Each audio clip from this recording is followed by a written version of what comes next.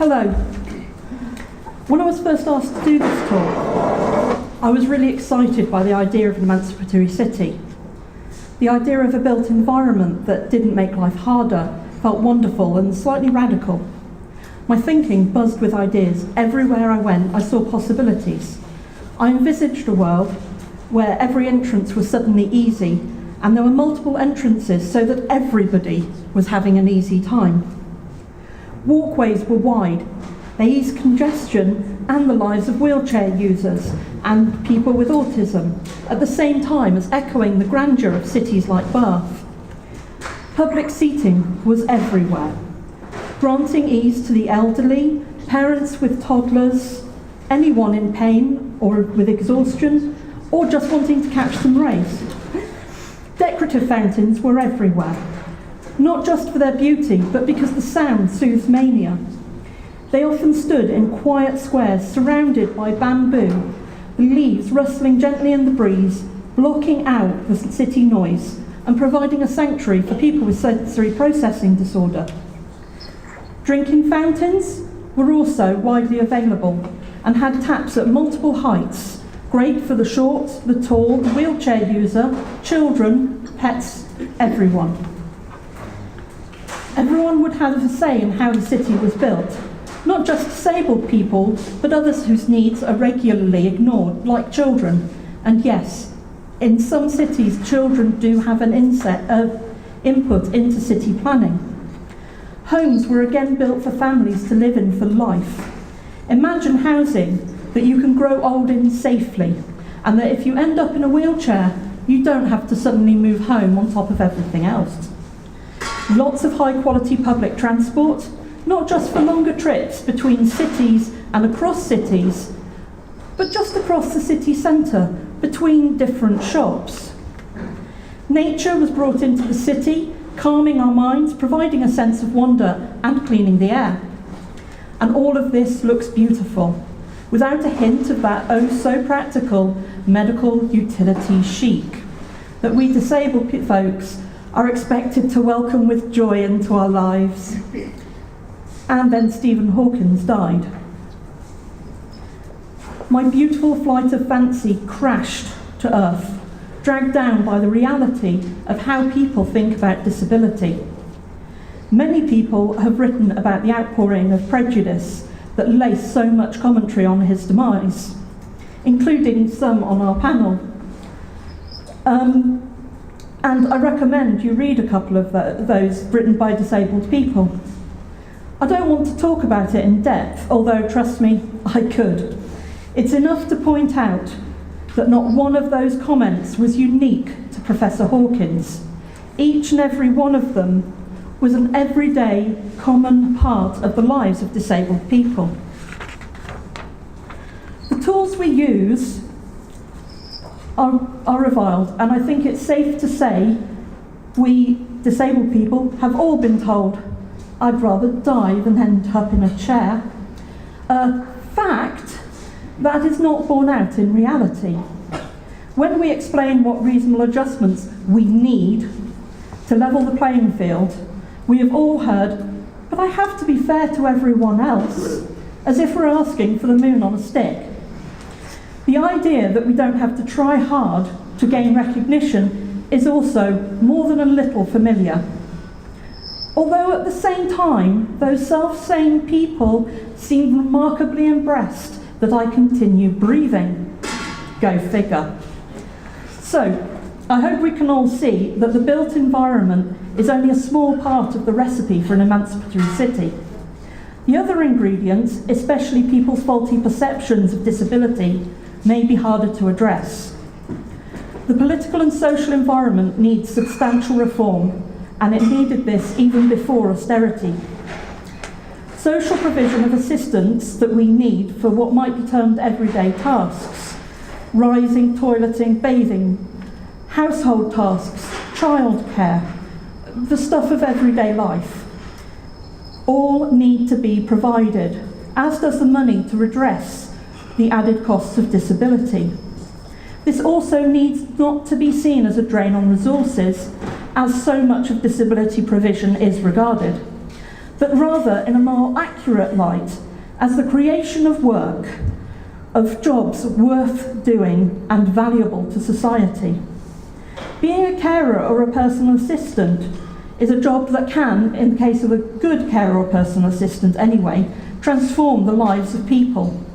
It is work that deserves a decent wage and respect. It is also important to note that the provision needs to give up two things it currently clings to.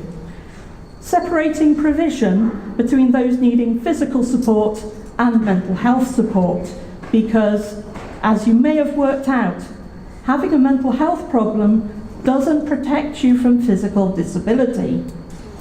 And it's about time that the bureaucrats involved accept this and act accordingly. We also need to get rid of the division, the separation of support between health and disability, where everyday tasks like vacuuming fall between the cracks, because apparently vacuuming is not a health requirement, except if you've got asthma, it really is. The bottom line is, if a job needs doing and the client is unable to do it, then provision needs to be made, because it still needs doing. The next thing that needs addressing is education.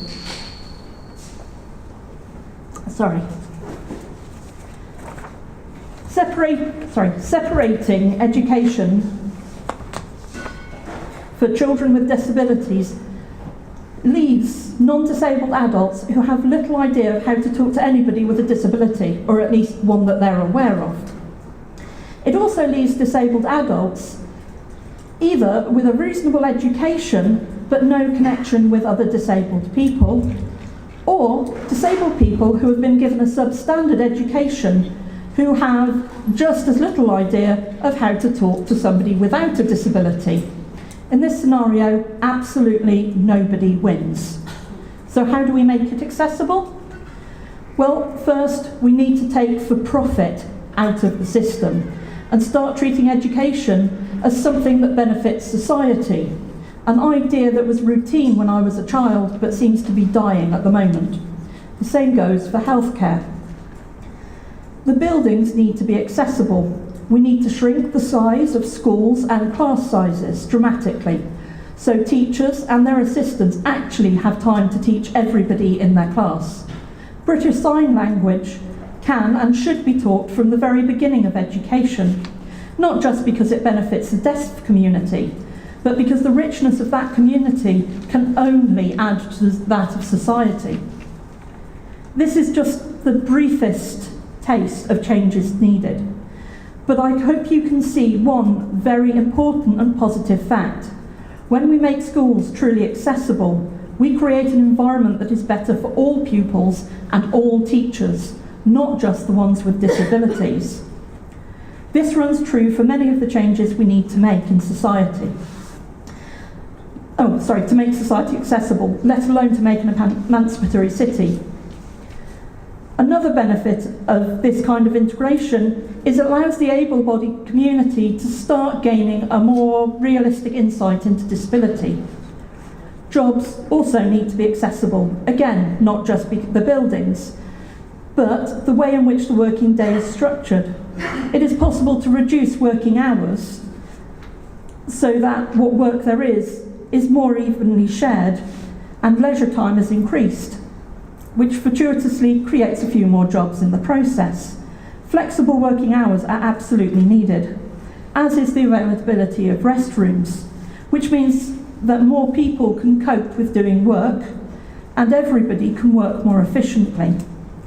Of course, the drive of a capitalist society towards an increasing profit margin makes this, shall we say, interesting? There is much that needs to change, and I've only the time to point out a fraction of what's needed. Changes to the built environment are needed, but it is only the beginning. A shift in attitudes is absolutely essential. The need to cherish qualities such as kindness and thoughtfulness more in our society, and people also need to take some personal responsibility, or all the good of an accessible city will be undone by cars parking over dropped curbs, of pavements blocked by also parked cars, and perhaps sofas put in front of the operating buttons for doors. People treat...